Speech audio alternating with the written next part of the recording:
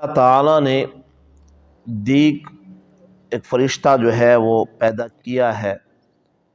اس کے پنجے ساتوں زمین پر ہے اور اس کی کلغی عرش کے نیچے لگی ہوئی ہے۔ اس کے پروں نے دونوں افق کو اپنے احاطے میں لیا ہوا ہے۔ جب رات کی آخری تہائی باقی رہتی ہے تو وہ اپنے پروں کو ہلاتا ہے، پھر کہتا ہے اے مخلوق ملک قدوس کی تسبیح بیان کرو، پاک ہے ہمارا رب جو سب جہانوں کا پالنے والا ہے، اس کے علاوہ کوئی بھی ہمارا معبود نہیں۔ اس بات کو جو ہے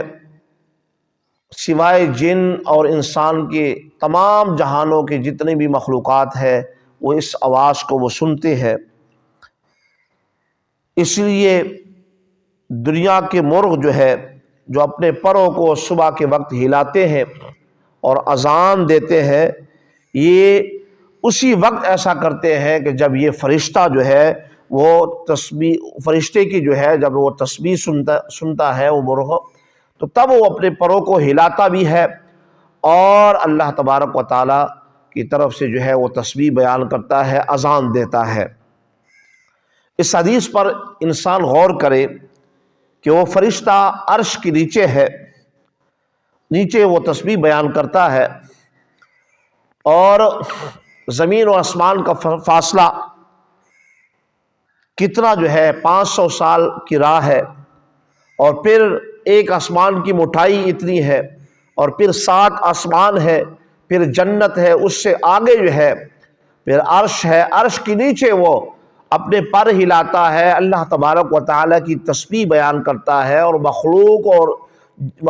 کو مخاطب کر کے وہ تسبیح بیان کر رہا ہوتا ہے کہ اس رب کو پکارنے کے لیے اٹھو، اس رب کو پکارو۔ تو اب اس حدیث پر اگر ہم غور کریں کہ ایک مرغ جو 7 آسمان سے نیچے ہے، زمین پر ہے، اللہ تبارک و تعالیٰ نے اس مرغ کو یہ طاقت دی ہے کہ وہ جو فرشتہ عرش کے نیچے جو تسبیح بیان کرتا ہے اس کی وہ آواز سن کر یہاں پڑھاتا ہے اور اذان دیتا ہے۔ میرا یہ جو سوال ہے یہ ان لوگوں سے ہے کہ جو نام یہ کہتے ہیں، یہ نام لے کر کہتے ہیں کہ ہم محبوب سے محبت کرتے ہیں، لیکن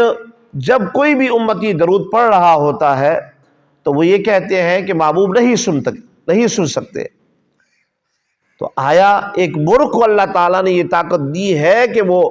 آواز کو سن سکتا ہے، عرش کے نیچے والی آواز کو؟ تو کیا جو تمام جہانوں کے لیے محبوب کو رحمت للعالمین بنا کر بھیجا، تو کیا محبوب جو ہے اپنے قبر میں جہاں محبوب علیہ السلام آرام فرما ہے، کیا محبوب علیہ السلام اپنی امتیوں کا درود نہیں سن سکتے؟ یعنی آپ یہ اندازہ لگا لیے کہ ان لوگوں کا کیا جو ہے یہ کتنا جو ہے ان کے پاس علم ہے۔ ایسی علم کا کیا فائدہ جو محبوب کا مخالف تمہیں بنا دے، محبوب کا جو ہے نافرمان بندہ بنا دے۔ کہاں مرغ وہ آواز سن رہا ہے اور یہاں ایک امتی ہے وہ کہتا ہے محبوب نہیں سن سکتے، محبوب سن نہیں سکتے۔